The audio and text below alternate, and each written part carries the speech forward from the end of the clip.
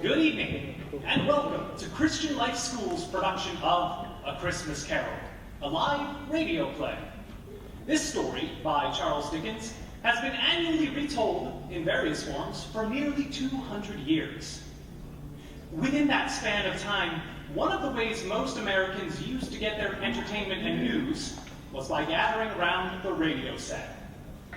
The enjoyment of simply sitting and listening to something and letting our imaginations do some work is nearly lost to our image-saturated culture. This year may be a good time to sample this lost art of listening. And in the midst of uncertain times, it may be especially important to reflect on what good things we have and what others lack, and how Christmas is a time for what matters most. And so we offer this tale of need, abundance, and charity told for your consideration rather than shown. But first, a word from our sponsors. This evening's program is made possible by the Sly Marinka team, Finance of America Mortgage, which has been serving the loan financing needs of Americans since 1994. Finance of America Mortgage is a local service that's available across the nation, dedicated to helping you achieve the dream of home ownership. Contact Sly Marinka at 847-722-1775. That's 847-722-1775.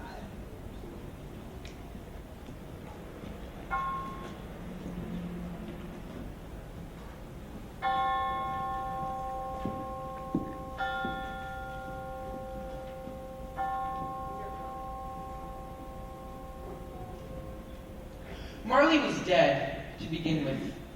There is no doubt whatever about that. Old Marley was as dead as a doornail. This must be distinctly understood, or nothing wonderful can come of the story I am going to relate.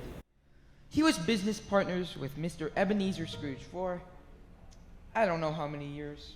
Scrooge was his sole executor, his sole administrator, his sole friend, and sole mourner. Oh, but he was a tight-fisted hand at the grindstone. Scrooge, a squeezing, wrenching, gasping, scraping, clutching, carnivorous old sinner. Hard and sharp as flint, from which no steel had ever struck out generous fire.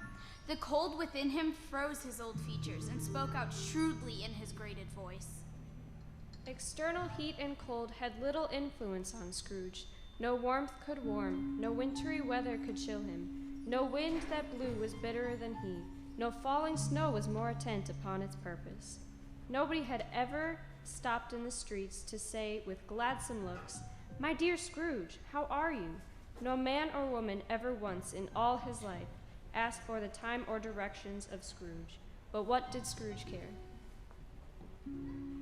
One Christmas Eve, old Scrooge sat busy in his counting house. It was cold, bleak, biting weather, and he could hear the people outside go wheezing up and down, beating their hands and stamping their feet to warm them. The city clocks had only just gone 3, but it was quite dark already, and candles were flaring in the windows of the neighboring offices. The fog came pouring in at every chink and keyhole. The door of Scrooge's office was opened that he might keep his eye upon his clerk, who, in a dismal little cell beyond, was copying letters. Scrooge had a very small fire, but the clerk's fire was so very much smaller that it looked like one coal. But he couldn't replenish it, for Scrooge kept the coal box in his own room.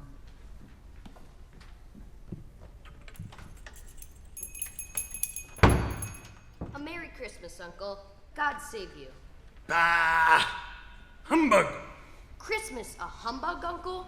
You don't mean that, I'm sure. I do. Merry Christmas. What reason have you to be merry, Fred? You're poor enough. What reason do you have to be to dismail? You're rich enough. Bah! Humbug! Don't be cross, Uncle. What else can I be when I live in such a world of fools as this? What's Christmas time to you but a time for paying bills without money? A time for finding yourself a year older but not an hour richer. If I could work my will, every idiot who goes about with Merry Christmas on his lips should be boiled in his own pudding and buried with a stake of holly through his heart. I have always thought of Christmas as a good time. I've always thought of Christmas as a good time. A kind, forgiving, charitable time. A pleasant time. The only time I know of when men and women seem to open their shut-up hearts freely and to think of people below them. And therefore, Uncle, though has never put a scrap of gold or silver in my pocket, I believe that has done me good, and will do me good.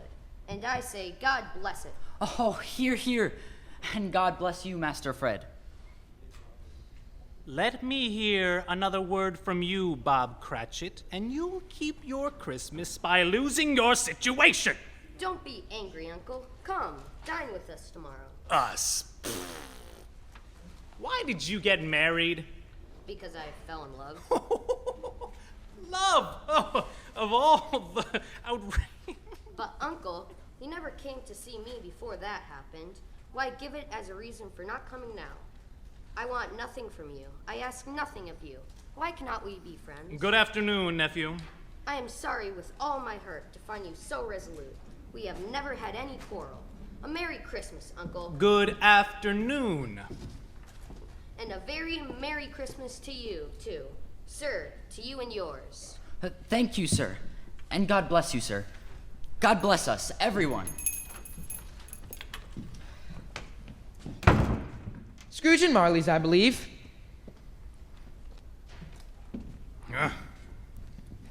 The clerk in letting Scrooge's nephew out had to let two other people in. At this festive time of the season, year, Mr. Scrooge, it is more than usually desirable that we should make some slight provision for the poor and destitute who suffer greatly at the present time. Many thousands are in need of common necessaries. Hundreds of thousands are in want of common comforts, sir. Are there no prisons? Why, plenty of prisons. And the union workhouses, are they still in operation? They are still. I wish I could say they were not. Oh, I was afraid from what you said at first that something had occurred to stop them in their useful course. I'm very glad to hear it. Well, sir, under the impression that they scarcely furnish Christian cheer of mind or body to the multitude, a few of us are endeavoring to raise a fund to buy the poor some meat and drink and means of warmth. We choose this time because it is a time of all others when want is keenly felt and abundance rejoices. What shall I put you down for? Nothing. I don't make merry myself at Christmas, and I can't afford to make idle people merry. I help to support the establishments I have mentioned. They cost enough, and those who are badly off must go there. Many can't go there, and many would rather die. If they would rather die, they had better do it and decrease the surplus population. It's not my business. Mine occupies me quite enough. Good afternoon. Seeing clearly that it would be useless to pursue their point, they withdrew. Meanwhile, the fog and darkness had thickened. The cold became intense. Sir, begging your pardon, sir, but I believe it's our usual time to lock up. You'll want all day tomorrow, I suppose? If quite convenient, sir. It's not convenient. And it's not fair. If I was to stop you half a crown for it, you'd think yourself ill-used, wouldn't you? And yet, you don't think me ill-used when I pay a day's wages for no work. Why, sir, it's only once a year. A poor excuse for picking a man's pocket every 25th of December. Be here all the earlier the next morning. Oh, sir, I will, sir. Thank you, sir. Mary, that is to say.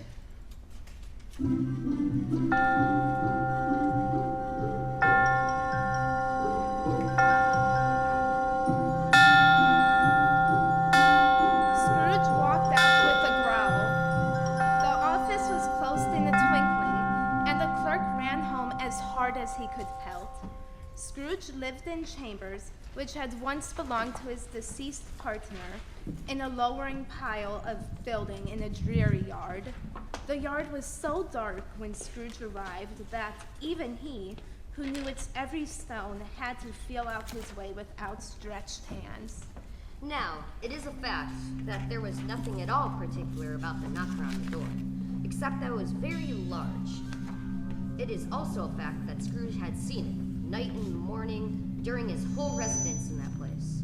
Let any man explain to me, if he can, how it happened that Scrooge, having his key in the lock of the door, saw, without its undergoing any intermediate process of change, not a knocker, but Marley's face. Marley's face had a dismal, unearthly light about it. As Scrooge looked fixedly at this phenomenon, it was a knocker again. He was startled, of course, he was, but he rubbed his eyes, shook his head, opened the door, and walked in, and lighted his candle. He did pause, with a moment's irresolution, before he shut the door, and he did not look cautiously behind it first. Scrooge fastened the door and walked across the hall and up the stairs.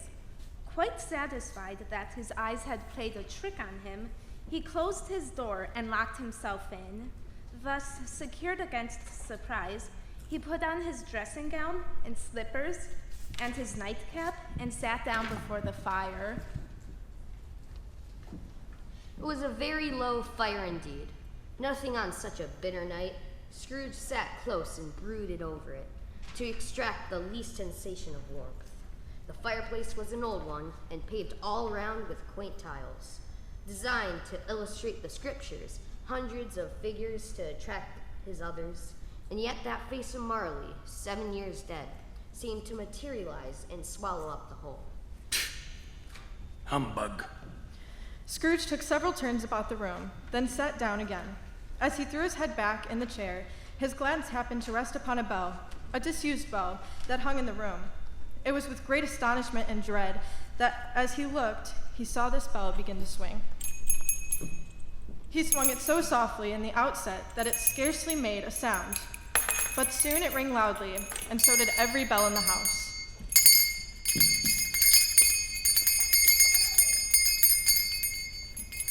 This might have lasted half a minute, or a minute, but it seemed an hour. The bells ceased as they had begun. Together, they were succeeded by a clanking noise deep down below, as if some person were dragging a heavy chain in the cellar. A door far below flew open with a booming sound, and then he heard the noise, much louder, coming up the stairs and straight towards his door. It's humbug still. I won't believe it.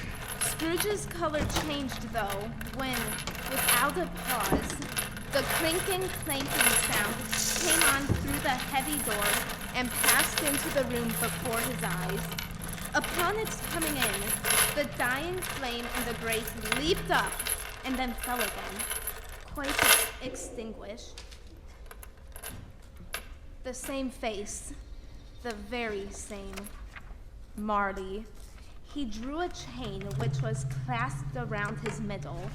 It was long and wound around him, and it was made of cash boxes, padlocks, ledgers, and heavy purses wrought in steel. How now? What do you want with me? Much. Who are you? In life, I was your partner, Jacob Marley. Oh, Can you sit down, Jacob? Scrooge asked the question because he didn't know whether a ghost so transparent might find himself in a condition to take a chair. And because he didn't know what else to say to someone who, as far as he knew, had died 7 years ago. You don't believe in me. I don't. Why do you doubt your senses? Because a little thing affects a man's senses. A slight disorder of the stomach makes them cheats. You may be an undigested bit of beef. A blot of mustard, a crumb of cheese, a fragment of an underdone potato. There's more of gravy than the grave about you, whatever you are. It's humbug, I say. Ah! Mercy! Oh, I do believe in you. I must. Dreadful apparition, why do you trouble me? It is required of every man that the spirit within him should walk abroad among his fellow men and travel far and wide. And if that spirit goes not forth in life, it is condemned to do so after death. It is doomed to wander through the world and witness what it cannot share, but might have shared on earth, and turn to happiness. Jacob, you are fettered. Tell me, why? I wear the chain I forged in life. I made it, link by link, and yard by yard. I girded it on of my own free will, and of my own free will I wore it. Would you like to know how long and heavy is the chain of your making, O Ebenezer? Jacob, tell me more. Speak some comfort to me, Jacob. I have no comfort to give, nor can I tell you all that I would. Hear me. My time is nearly gone. I am here tonight to warn you that you have yet a chance and hope of escaping my fate. You will be haunted by 3 spirits. Without their visits, you cannot hope to shun the path I tread. Expect first tomorrow when the bell tolls 1. Couldn't I take them all 3 at once and have it over with, Jacob? Expect the 2nd on the next night at the same hour. The 3rd upon the next night when the last stroke of 12 has ceased to vibrate. Look to see me no more, and look that, for your own sake, you remember what has passed between us. The apparition walked backward from him, and at every step it took, the window raised itself a little, so that when the spectre reached it, it was a wide open. He flitted out the opening and was gone. Scrooge closed the window and examined the door by which the ghost had entered. It was double locked, as if he had locked it with his own hands, and the bolts were undisturbed. Staggering from the emotion he had undergone, or the fatigues of the day, or his glimpse of the invisible world, and the warnings of the ghost, Scrooge pitched headlong into bed and fell asleep upon the instant. And now a brief break for a word from our sponsors. Need help with your car? Pfeiffer Auto Clinic will fix it. A family-owned and operated full-service automotive repair faculty located in Winthrop Harbor, Illinois. They provide fast, accurate estimates with a knowledgeable staff. To schedule an appointment, call 847-746-8291. That's 847-746-8291. And now, back to the show.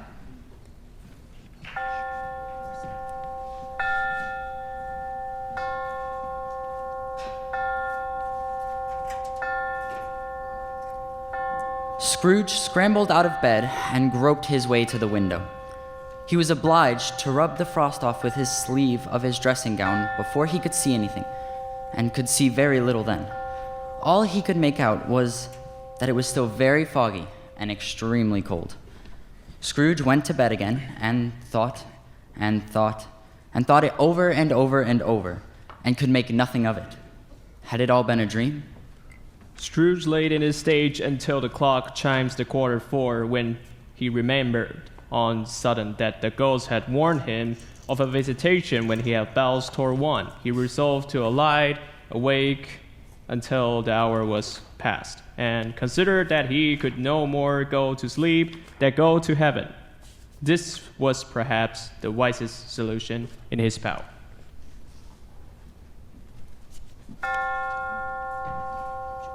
Light flashed up in the room upon the instant, and the curtains of his bed were drawn aside, and Scrooge found himself face to face with the unearthly visitor who drew them.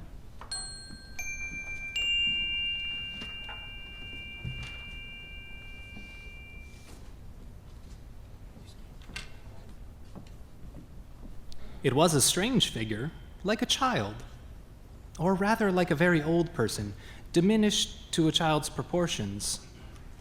Its hair, which hung about its neck and down its back, was white as if with age, and yet the face had not a wrinkle in it, and the tenderest bloom was on the skin. It wore a tunic of the purest white and held a branch of fresh green holly in its hand. The strangest thing about it was that from the crown of its head there sprung a bright, clear jet of light, by which all this was visible. Are you the spirit whose coming was foretold to me? I am. Well, who or what are you? I am the ghost of Christmas past. Take heed, rise, and walk with me.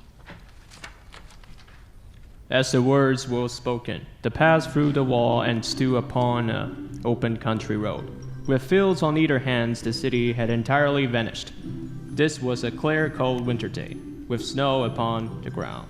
Oh, good heaven! I know this place! I was a boy here! He was conscious of 1,000 odors floating in the air, each one connected with 1,000 thoughts and hopes and joys and cares long, long forgotten. Your lip is trembling, and what is that upon your cheek? Nothing. Nothing at all. Lead me on, spirit. They walked along the road, Scrooge recognizing every gate and post and tree, until a little market town appeared in the distance. They left the high road by a well-remembered lane, and soon approached a mansion of dull red brick and a bell hanging in the roof. The school's quite deserted. A solitary child, neglected by his friends, is left there still. I know. They went to the door at the back of the house. It is open before them and disclosed a lawn. Bare room, made bare still by lines and plain desk. At one of these, a lonely boy was reading near a feeble fire, and Scrooge sat down and wept to see his floor forgotten self as he used to be. Oh, I wish... it's too late now. What is the matter? Oh, nothing. Nothing. There was a boy singing a carol at my door last night. I should like to have given him something. That's all. Let us see another Christmas. Scrooge's former self grew larger at the words, and the room became a little darker and more dirty. The panels shrunk, the windows cracked, fragments of plaster fell out of the ceiling, and there he was, alone again. When all of the other boys had gone home for the jolly holidays, the door opened, and a little girl, much younger than the boy, came darting in, and putting her arms around his neck, kissed him. Dear, dear brother, I have come to bring you home, home, home. Home, little fan? Yes, home, for good and all, home forever and ever. Father is so much kinder than he used to be. That home's like heaven. He spoke so gently to me one dear night when I was going to bed that I was not afraid to ask him once more if you might come home. And he said, yes, you should, and sent me in a coach to bring you. We're to be together all Christmas long and have the merriest time in all the world.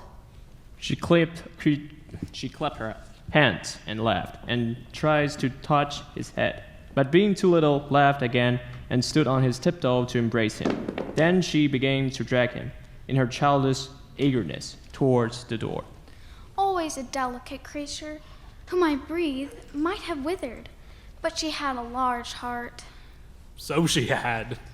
She died a woman, and I had, as I think, children. One child, my nephew, Fred. Van died when he was born.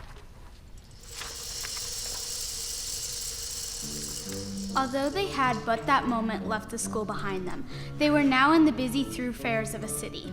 It was made plain enough by the dressings of the shops that here too it was Christmas time again, but it was evening, and the streets were litten up. The ghost stopped at a certain warehouse door and asked Scrooge if he knew it. Know it? I was apprenticed here. They went in, at sight of an old gentleman in a Welsh wig, sitting behind a high desk. Scrooge cried in great excitement. Why, it's old Fezziwig! Bless his heart! Fezziwig, alive again! Old Fezziwig laid down his pen and looked up at the clock, which pointed to the hour of 7. He rubbed his hands, adjusted his capacious waistcoat, laughed all over himself, from his shoes to his rosy nose. Yo-ho there, Ebenezer! Dick? Scrooge's former self, now grown a young man, came briskly in, accompanied by his fellow apprentice. That's Dick Wilkins, to be sure. Bless me, yes, there he is. Yo-ho, my boys. No more work tonight. Clear away, my lads, and let's have lots of room here. It was done in a minute. Everything movable was packed off. The floor was swept, the lamps were trimmed, fuel was heaped upon the fire, and the warehouse was as snug and warm and dry as a bright ballroom. In came a fiddler with a music book. In came Mrs. Fezziwig, one vast, substantial smile. In came the 3 Miss Fezziwigs, beaming and lovable. In came all the men and women employed in the business. In came the housemaid with her cousin, the baker. In came the cook with the milkmaid.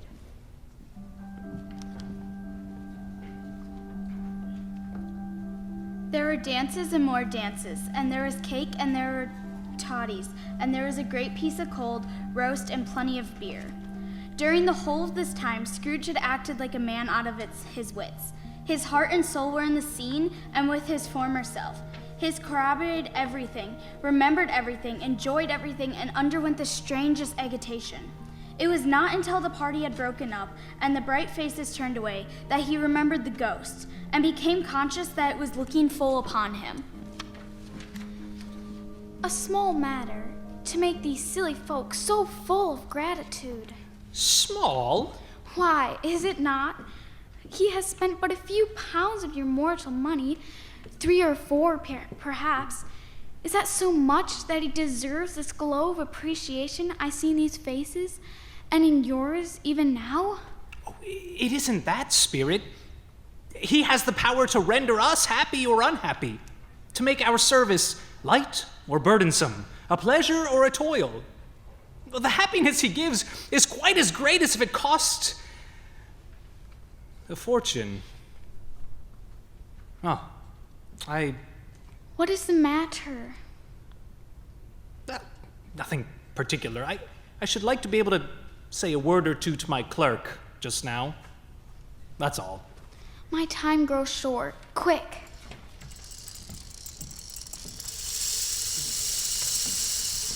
Once again, Scrooge saw himself. He was older now, a man in the prime of life. His face had not the harsh and rigid lines of later years, but he had begun to wear the signs of care and avarice.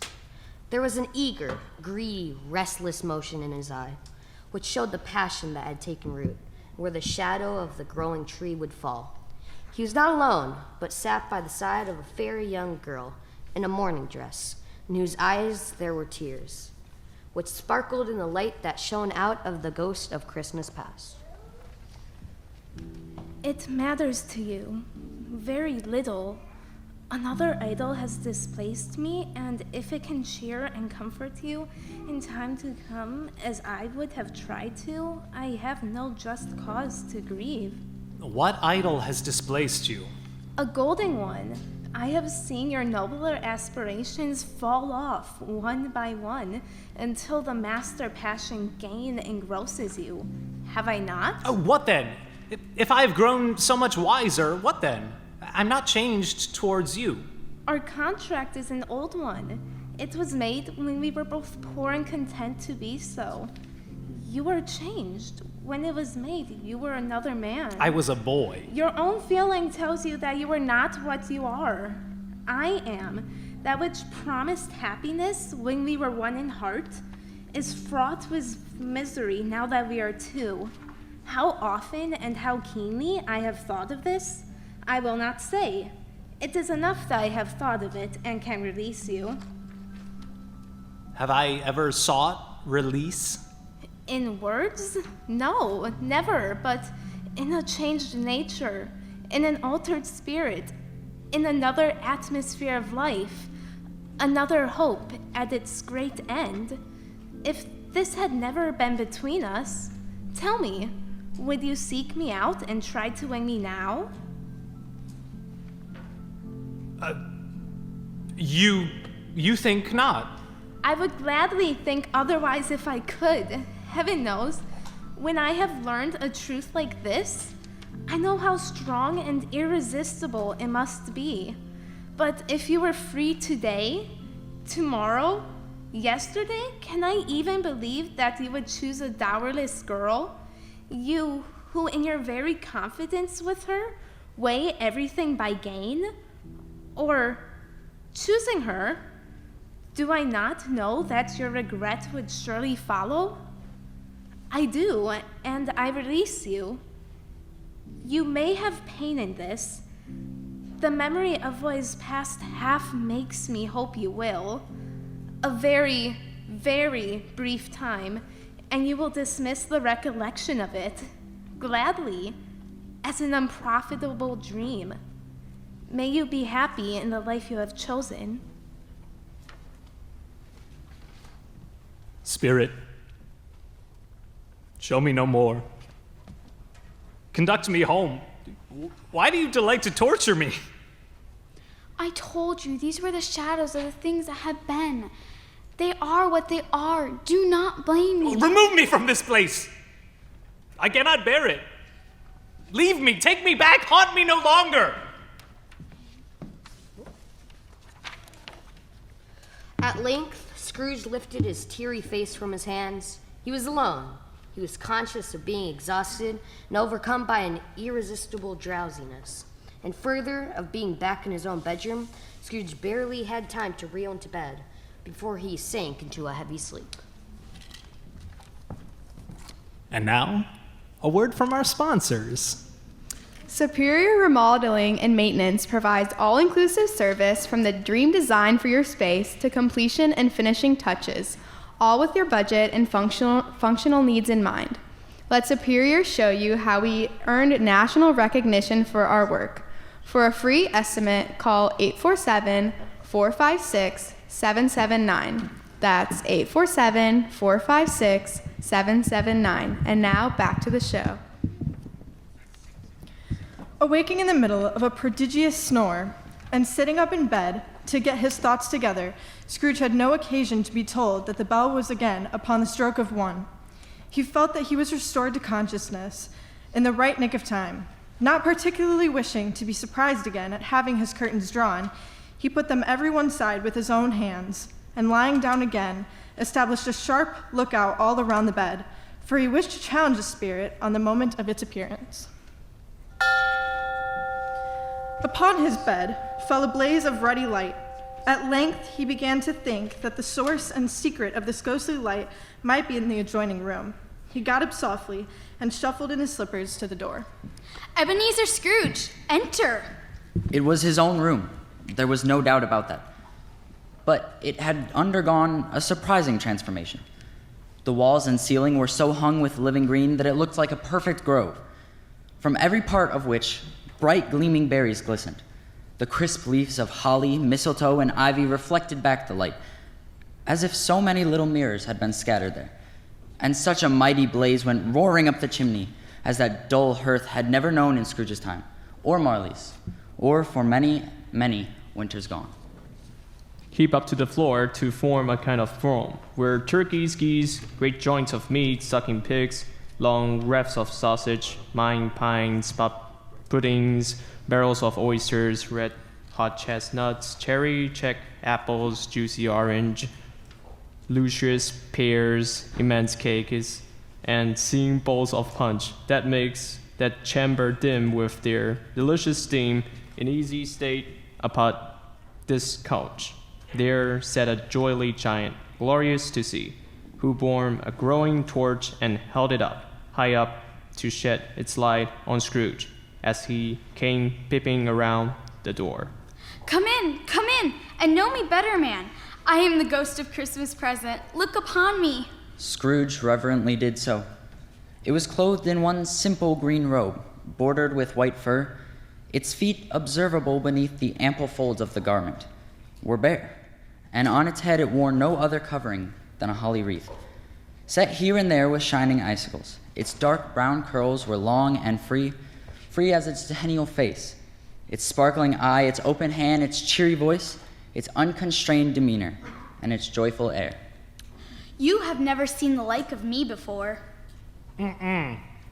Never.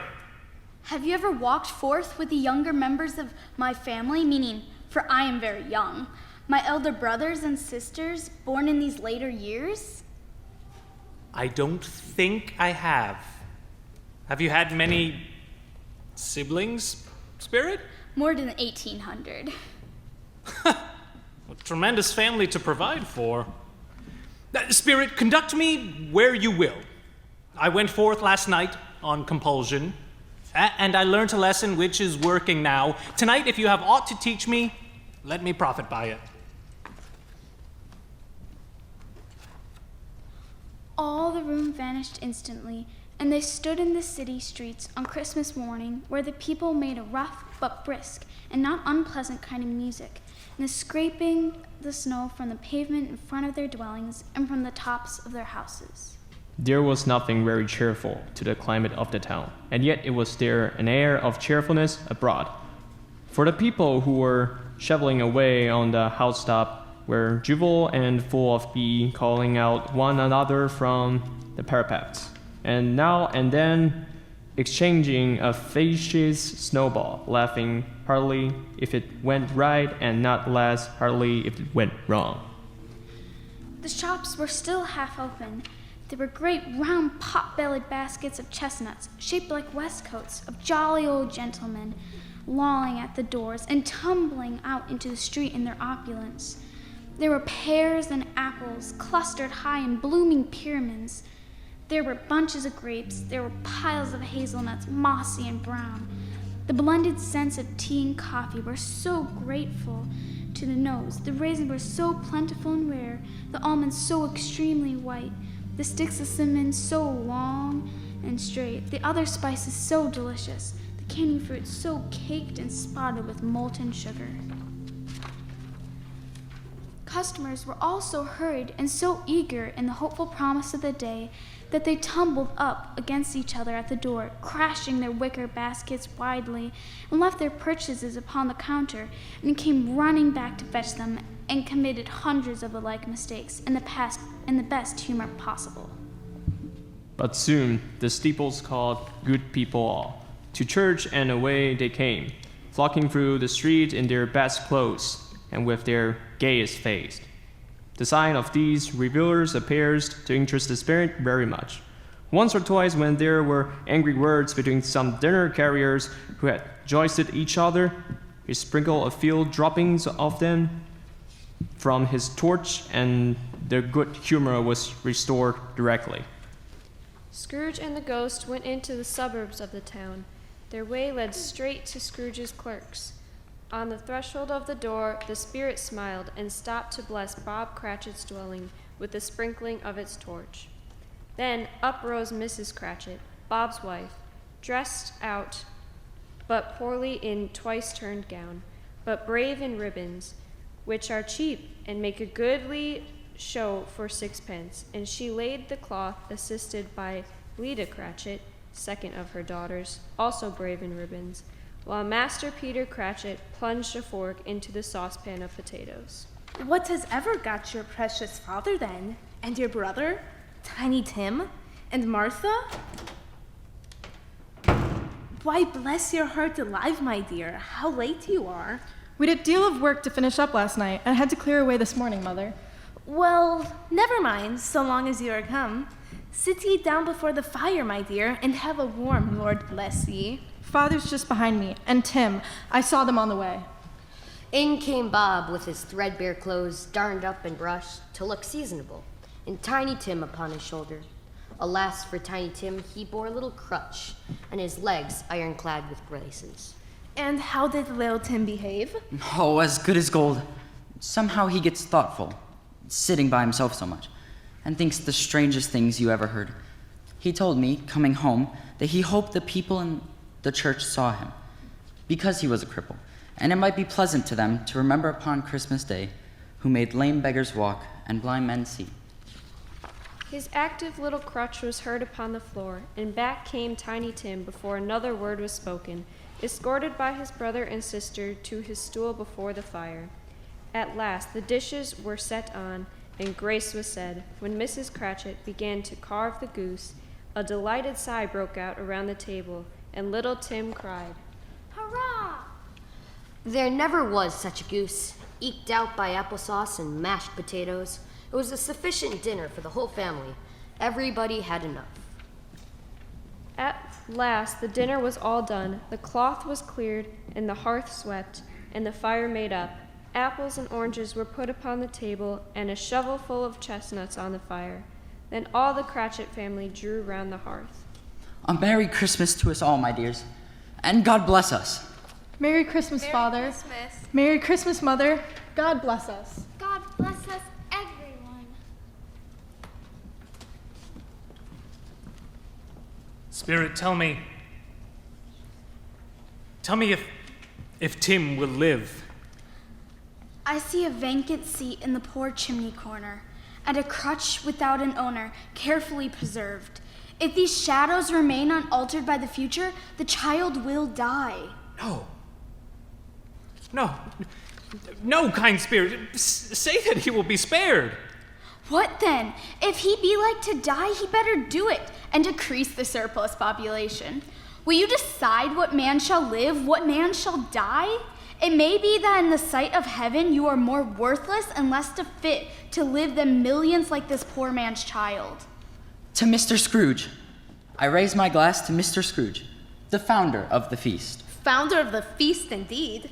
I wish I had him here. I'd give him a piece of my mind to feast upon, and I hope he'd have a good appetite for it. My dear, the children. Christmas Day? It should be Christmas Day, I am sure, on which one drinks to the health of such an odious, stingy, hard, unfeeling man as Mr. Scrooge. You know he is, Robert. No one knows it better than you do, poor fellow. My dear, Christmas Day. I'll drink to his health for your sake and the day's, not his. Long life to him, a Merry Christmas and a Happy New Year. He'll be very merry and very happy, I have no doubt. The children drank the toast after her. It was the first of their proceedings which had no heartiness. Scrooge was the ogre of the family. The mention of his name cast a dark shadow on the party, which was not dispelled for some time. After it had passed away, they were 10 times more merrier than before. Bob Cratchit told them how he had a situation in mind for Peter, which would bring in full 5 and 6 pence weekly. The two young Cratchits laughed tremendously at the idea of Peter being a man of business. Martha, who was a poor apprentice at a milliner's, then told them what kind of work she had to do, and how many hours she worked at a stretch, and how she meant to lie abed tomorrow morning for a good, long rest. All this time the chestnuts and the jug went around and round, and by they had a song about a lost child traveling in the snow, from Tiny Tim, who had a plaintive little voice and sang it very well indeed. There was nothing of high marks in this. They were not a handsome family. They were not very well dressed. Their shoes were far from being waterproof. Their clothes were scanty, but they were happy, grateful, pleased with one another, and content with the time. And when they faded, and looked happier yet in the bright sprinklings of the Spirit's torch at parting, Scrooge had his eyes upon them, and especially on Tiny Tim, until the last. By this time it was getting dark and snowing pretty heavily, and as Scrooge and the Spirit went along the streets, the brightness of the roaring fires in kitchens, parlors, and all sorts of rooms was wonderful. Without a word of warning from the ghost, Scrooge found himself in a bright, dry, gleaming room with the Spirit staying smiling by his side. He then heard a laugh that he recognized well. He said that Christmas was a humbug, as I live. Shame on him, Fred. How can he be such a grump, Fred? He is rich enough. Oh, his wealth is of no use to him. He won't do any good with it. He don't make himself comfortable with it. He certainly hasn't ever thought, that he might benefit us with it. I have no patience with him. Oh, I have. I am sorry for him. I couldn't be angry with him if I tried, who suffers by his ill whims. Himself, always. Here he takes it into his head to dislike us, and he won't come and dine with us. What's the consequence? He loses a capital dinner. Well, he surely loses some pleasant moments, which could do him no harm. I'm sure he loses pleasanter companions than he can find in his own thoughts. In his moldy old office, I mean to give him the same chance every single year, whether he likes it or not. He may rail at Christmas till he dies, but he can't help thinking better of it. I defy him. If he finds me going there in good temper year after year and saying, "Uncle Scrooge, how are you?" If it only puts him in the vein to leave his poor clerk 50 pounds, that's something. After tea, they had music. Scrooge's niece played well upon the harp, and played a simple little air which had been familiar to the child who fetched Scrooge from the boarding school those many years ago. When this strain of music sounded, all the things that Ghost had showed him came upon his mind. Music and games, blind man's bluff, forfeits, how, when, and where. There might have been 20 people there, young and old, but they all played, and so did Scrooge. He sometimes came out with his guests quite loud, and very often guessed quite right. The Ghost was greatly pleased to find him in this mood, and looked upon him with such favor that he begged like a boy to be allowed to stay until the guest departed. But this the Spirit said could not be done. The whole scene passed off in the breath of the guest's laughter, and Scrooge and the Spirit were again upon their travels. Much they saw, and far they went, and many homes they visited, but always with a happy end. The Spirit stood beside sick beds, and they were cheerful. On foreign lands, and they were close at home. By struggling men, and they were patient in their greater hope. By poverty, and it was rich. It was a long night, if it were only a night, but Scrooge had his doubts about this, because all the days of Christmas appeared to be condensed into the times that they passed together. Spirit, I must ask you something. Is it... Spirit? Spirit, you've changed. Forgive me for saying so, but your hair is, gray. Spirit, you've grown old. Are spirits' lives so short? My life upon this globe is very brief. It ends tonight. Tonight? Tonight, at midnight. The time is drawing near. Spirit,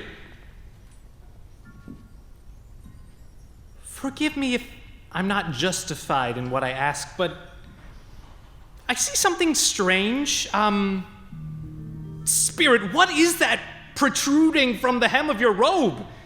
Is it a foot or a claw?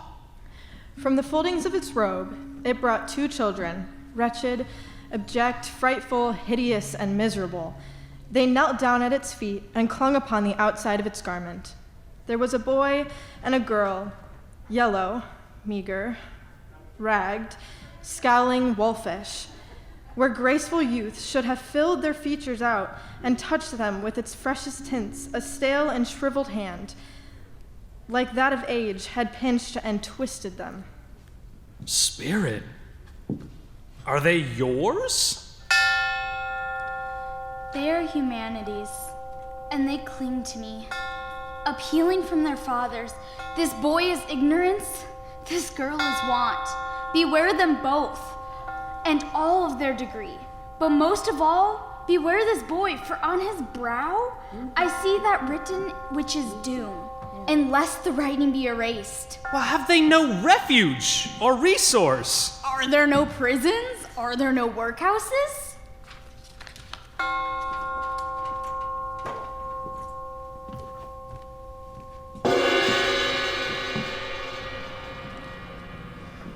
Lifting up his eyes, Scrooge beheld a solemn phantom, draped and hooded, coming like a mist along the ground towards him.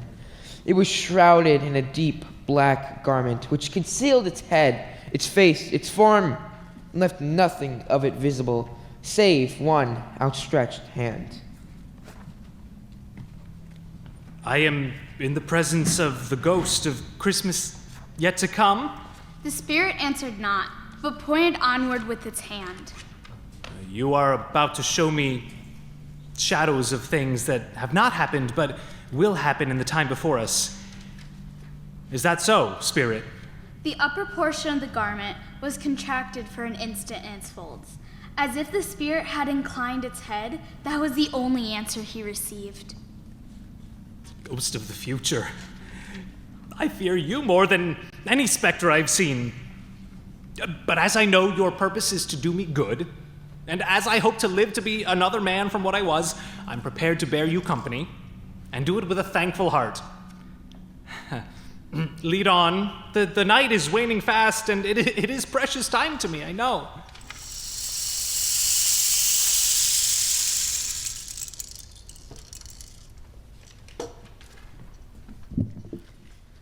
The phantom moved away as it had come towards him. Scrooge followed in the shadow of its dress. The city seemed to spring up around them, and there they were in the heart of it. On the exchange, among the merchants who hurried up and down and chinked the money in their pockets and conversed in groups and looked at their watches as Scrooge had seen them often, the spirit stopped beside one little knot of businessmen. No, I don't know much about it either way. I only know he's dead. When did he die? Last night, I believe. Why? What was the matter with him? I thought he'd never die. God knows. What has he done with his money? I haven't heard. Left it to his company, perhaps? He hasn't left it to me, that's all I know. It's likely to be a very cheap funeral, for upon my life, I don't know anybody who'd go to it. Suppose we make up a party and volunteer? I mean, I don't mind going if lunch is provided.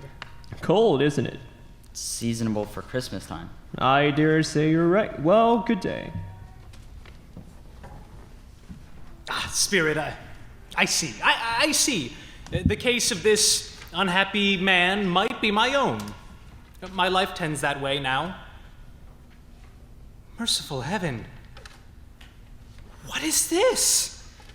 The spirit recoiled in terror, for the scene had changed, and now he almost touched a bed, a bare, uncurtained bed, on which beneath a ragged sheet there lay something covered up, which, though it was dumb, announced itself in awful language. The room was very dark, too dark to be observed with any accuracy, though Scrooge glanced round to make out what he could. A pale light, rising in the outer air, fell straight upon the bed, and on it, unwatched, unwept, uncared for, was the body of the man that was just being discussed so callously. A cat was tearing at the door, and there was a sound of gnawing rats beneath the hearthstone. What they wanted in this room of death, and why they were so restless and disturbed, Scrooge did not dare to think. Spirit, this is a fearful place. In leaving it, I shall not leave its lesson, trust me. Let us go. Let me see some tenderness connected with death, or this dark chamber will be forever present to me.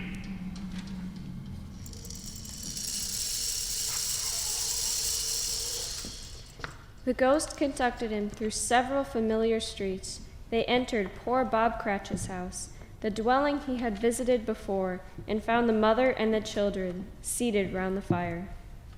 And he took a child and set him in the midst of them. Mother, are you all right? Yes, lad, thank ye. Just my eyes. They're better now again. Keep reading, dear. It makes them weak by candlelight, and I wouldn't show weak eyes to your father when he comes home, for the world. It must be near his time. Past it, rather. But I think he has walked a little slower than he used these few last evenings, Mother. I have known him walk with Tiny Tim upon his shoulder, very fast indeed. But he was very light to carry, and his father loved him so that it was no trouble. No trouble. And there's your father at the door. My dears, son, dear Martha. You went today, Robert? Yes, my dear. Oh, I wish you could have gone. It would have done you good to see how green a place it is. But you'll see it often. I promised him that I would walk there on a Sunday. I met Fred in the street today. Why, I've scarcely seen him but once or twice around Christmas time. But he hailed me, and seeing that I was, just a little bit down, he asked what it was that was troubling me. And I told him. Bless me, he is the pleasantest spoken gentleman you ever heard. And I told him all. I am very heartily sorry for it, Mr. Cratchit, he said, and heartily sorry for your good wife. He says to me, if I can be of any service to you, in any way, pray, come see me. I'm sure he's a good soul. I shouldn't be surprised at all if he got Peter a better situation. But, however and whenever we part from one another, I am sure we shall none of us forget poor Tiny Tim, shall we? Or No. this first parting that there was among us. And I know, my dears, that when we recollect how patient and how mild he was, although he was a little child, we shall not quarrel easily among ourselves and forget poor Tiny Tim in doing it. No, never. Never, Father.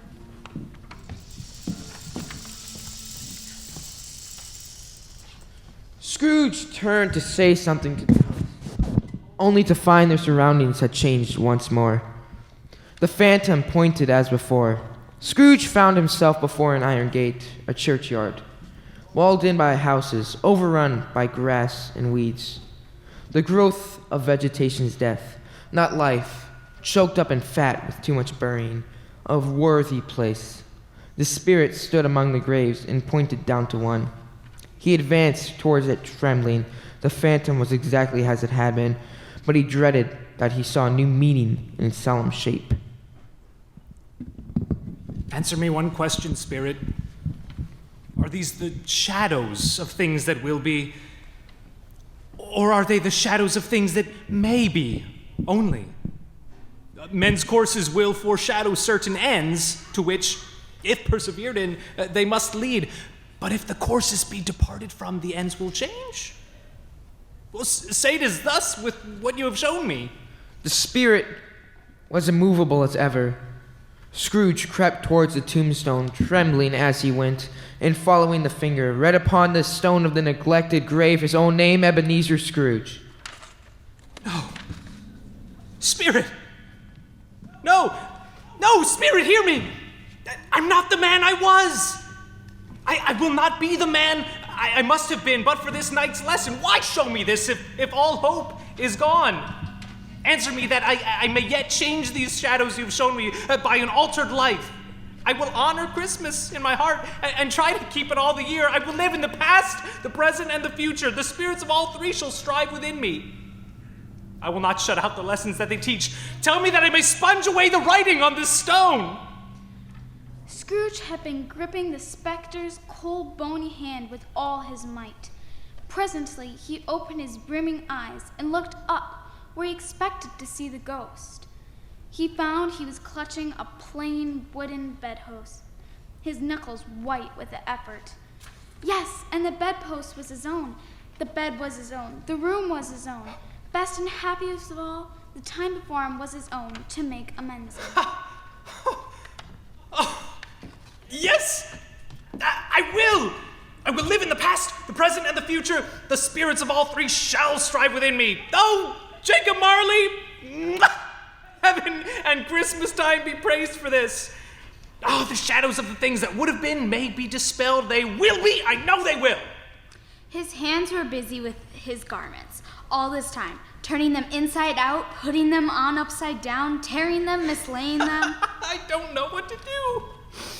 I'm as light as a feather. I'm as happy as an angel. I'm as merry as a schoolboy. I don't know what day of the month it is. I don't know how long I've been among the spirits. I say, young lady, what's today? Huh? What's today, my fine lass? Today? Why, Christmas Day. It's Christmas Day! Oh, I haven't missed it. The spirits have done it all in one night. I suppose they can do anything they like. Of course they can. Miss, wait right there. Sir? Do you know the poulterers? At the next corner, that way. Do you know whether they've sold the prize turkey that was hanging up there? What, the one as big as me? What a delightful child. Yes, my dear, the one as big as you. It's hanging there now. Is it? Go and tell them to bring it here. Come back with the man and I'll give you a shilling. Come back with him in less than 5 minutes and I'll give you half a crown. I'll send it to Bob Cratchit's. He shan't know who sends it. It's twice the size of Tiny Tim. The hand in which he wrote the address was not a steady one, but write it he did, somehow, and went downstairs to open the street door, ready for the coming of the poulterer's man. Here's the turkey. How are you, sir? Merry Christmas, yes. Oh, you can't carry that to Camden Town. You must have a cab. Wait right there. And this is for you, young lady. Merry Christmas. Scrooge went up and dressed himself all in his best, and at last got out into the streets. The people were by this time pouring forth, as he had seen them with the ghost of Christmas present, and walking with his hands behind him, Scrooge regarded everyone with a delighted smile. Why, good morning to you, sir. Merry Christmas. Good morning, it's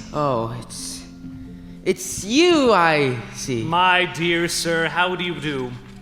I hope you succeeded in your charitable endeavors yesterday. Very kind of you. A Merry Christmas to you, sir. Mr. Scrooge?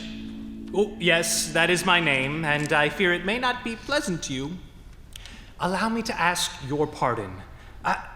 And will you have the goodness to put me down for a donation of, Lord bless me, my dear Mr. Scrooge. Are you serious? If you please, not a farthing less. A great many back payments are included in that, I assure you. Will you do me that favor? My dear sir, I don't know what to say to much money. Oh, don't say anything, please. Just come and visit me sometime. Will you do that, sir? Will you come and see me? I will. Thank you. I'm very much obliged to you. I thank you 50 times. Bless you. He went to the church and walked about the streets and watched the people hurrying to and fro. He had never dreamed that anything, could give him so much happiness. In the afternoon, he turned his steps toward his nephew's house. Fred! Why, bless my soul, who's that? It is I, your uncle, Ebenezer. I've come to dinner. You invited me. Can I come in, Fred? Let him in. It is a mercy he didn't shake off his arm. He was home in 5 minutes. Nothing could be heartier. Wonderful party, wonderful games, wonderful happiness. But he was early at the office next morning. Oh, he was early there. If he could only be there first and catch Bob Cratchit coming late, that was the thing that he had set his heart upon. The clock struck 9. No Bob. 1:15. No Bob. Scrooge sat with his office door wide open. That night, he might see him come in. Bob's hat was off before he opened the door. His comforter, too. He was on his stool in a jiffy, driving away with his pen. What do you mean by coming here at this time of day? I'm very sorry, sir. I'm behind my time. Oh, are you? Oh, yes, I think you are. Step this way, sir, if you please. It's only once a year, sir. It shall not be repeated. I was making rather merry yesterday, sir. Now I'll tell you what, my friend. I'm not going to stand for this sort of thing any longer, and therefore... I am about to raise your salary. I'm very sorry, sir. What did you say? A Merry Christmas, Bob. A merrier Christmas, Bob, my good fellow, than I've ever given you for many a year. I'll raise your salary and endeavor to assist your family, and we'll discuss your affairs this very afternoon over a Christmas bowl of punch, Bob. Make up the fires and buy another coal scuttle before you dot another I, Bob Cratchit. Scrooge was better than his word. He did it all, and infinitely more, and to Tiny Tim, who did not die.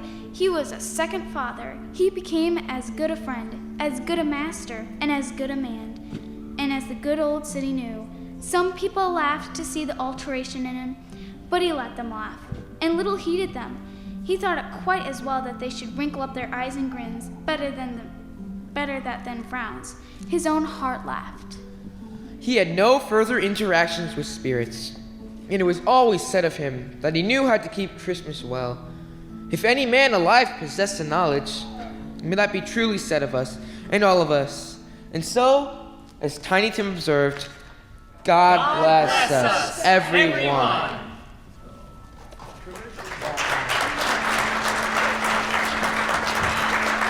This concludes Christian Life School's theater production of A Christmas Carol. Thank you to those of you that came in person and those of you listening at home. And to all, a Merry Christmas and a Happy New Year.